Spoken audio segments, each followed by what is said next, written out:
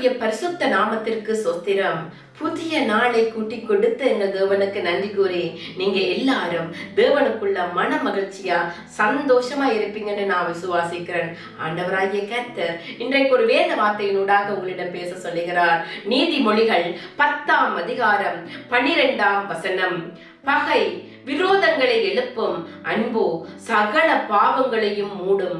என் அன்பான சகோதர சகோதரிகளே, யாரெல்லாம் பகையுள்ள இருதயத்தோடு இருக்கிறீங்க, ஒருவரை மன்னிக்க முடியாத இருதயத்தோடு இருக்கிறீங்க, இருதயம் காயப்பட்டிருக்கு, வேதனைப்பட்டிருக்கு, கோபம் கொண்டிருக்கு அப்படின்னா நீங்க இந்த வசனம் உங்களோட கடந்து வருது. ஆண்டவர் சொல்லுறாரு, பகை விரோதங்களை எழுப்புமாம், அன்போ சகல பாவங்களையும் மூடும்.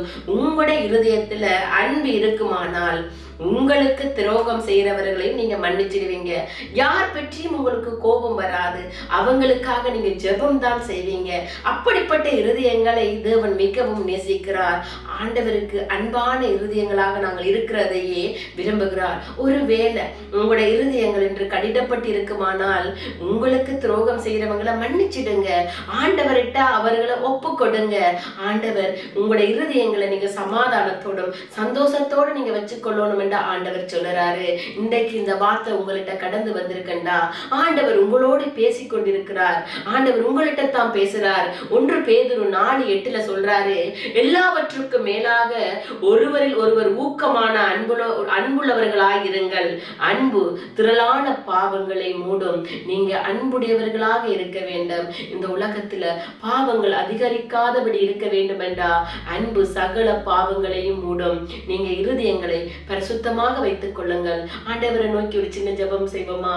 அன்பான தகப்பனே, உம்முடைய ஜீவ சுவாசத்தை எங்களுக்கு கொடுத்து உமது அன்பின் சாயலாய் எங்களை உருவாக்கினீர் ஆண்டவரே. ஆனாலும் எங்களுடைய இருதயங்கள் அநேக நேரங்களில் கடினப்பட்டு போகிறது ஆண்டவரே. ஒருவரை மன்னிக்க முடியாத இருதயம் ஆண்டவரே, நீங்க வாங்க. உம்முடைய அன்பு எங்கள் ஒவ்வொருவருடைய இருதயத்திலும் நிலைநிற்க செய்யுங்க. அப்படி இருக்கும் போது அன்பு திரளான பாவங்களை மூடும் ஆண்டவரே.